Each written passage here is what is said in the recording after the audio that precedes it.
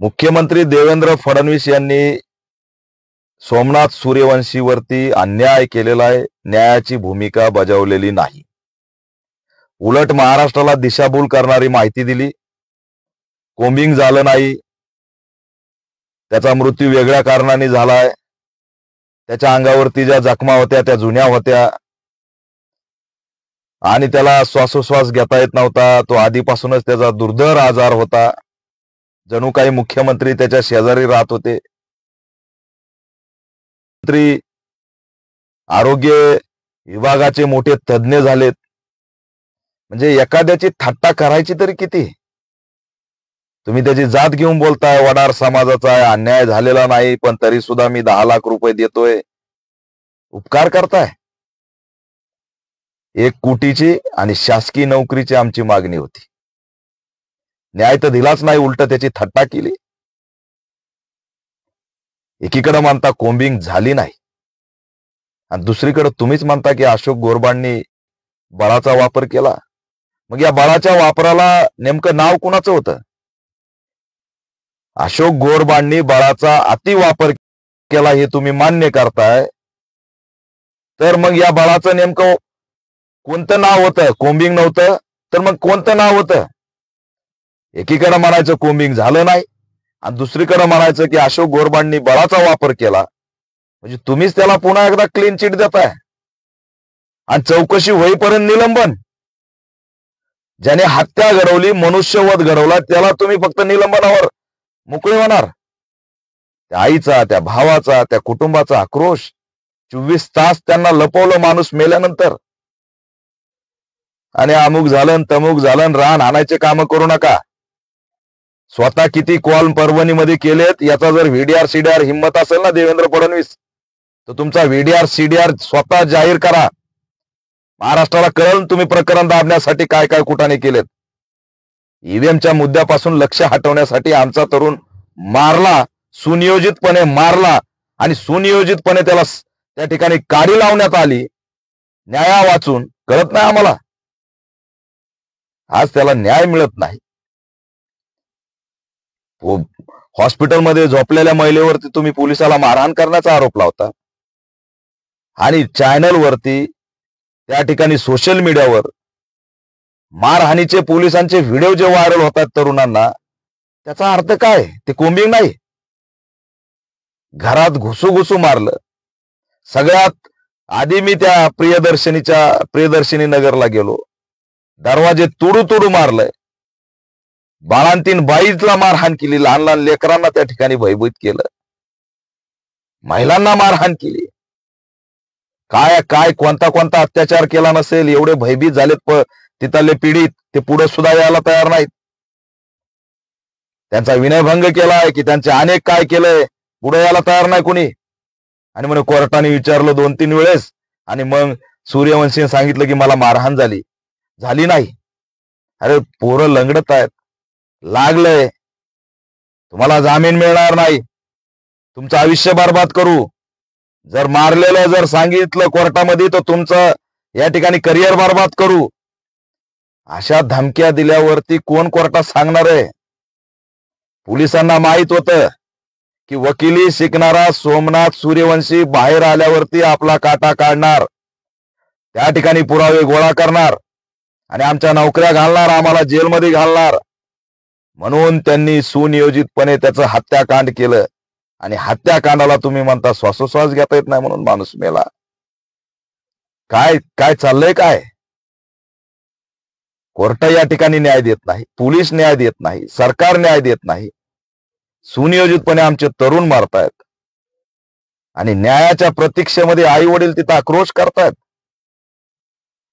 हे चुकीचं आहे. याचा आम्ही निषेध करतो. मुख्यमंत्र्याचं स्टेटमेंट चुकीचं आहे. 1 कोटी रुपये दिले पाहिजे, शासकीय नोकरी दिली पाहिजे आणि अशोक गोरबांड याची सखोल चौकशी झाली पाहिजे. आतापर्यंतच्या सर्व भूमिकेची, त्याच्या नेतृत्वात झालेल्या त्या ठिकाणच्या अन्याय अत्याचाराची आणि या 3 ते 4 जणांची चौकशी करून वरिष्ठापासून ते PI पर्यंत जे जिम्मेदार आहेत, मनुष्यवधाचा गुन्हा दाखल झाला पाहिजे. संविधानाला सुद्धा तुम्ही न्याय देत नाही. संविधानाला न्याय देण्यासाठी आम्हाला आता संविधान न्यायाची भूमिका घेऊन रस्त्यावरती लढावं लागतंय. हे नाटकं चालणार नाहीत. मुख्यमंत्र्यांनी जे काल स्टेटमेंट केलं ते दिशाभूल करणारे, अन्याय करणारे, त्या ठिकाणी एका तरुणाच्या आईवडिलांची थट्टा करणारे, पीडितांची थट्टा करणारे आणि 10 लाख रुपये, हे असे 10 लाख रुपये त्या ठिकाणी LLB शिकणाऱ्या तरुणाच्या कुटुंबाला वडार जातीचं नाव घेऊन जाहीर करणं म्हणजे उपकाराची भाषा दाखवणं हे चुकीचं आहे. त्याचं जीवन तुमच्या सरकारमुळे बर्बाद झालंय. त्यांनी पूर्ण आयुष्यामध्ये 10 लाख रुपये कमवले असते काय? जीव कोण आणून देईल परत? त्याच्या आईला लेकरू कोण आणून देईल परत? संवेदना नाही, निर्दयी झालेत.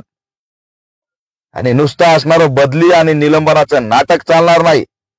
याच्यात सह आरोपी झाले पाहिजेत, मनुष्यवध, विनयभंग आणि जे काही जेलमध्ये त्यांची सुटका झाली पाहिजे.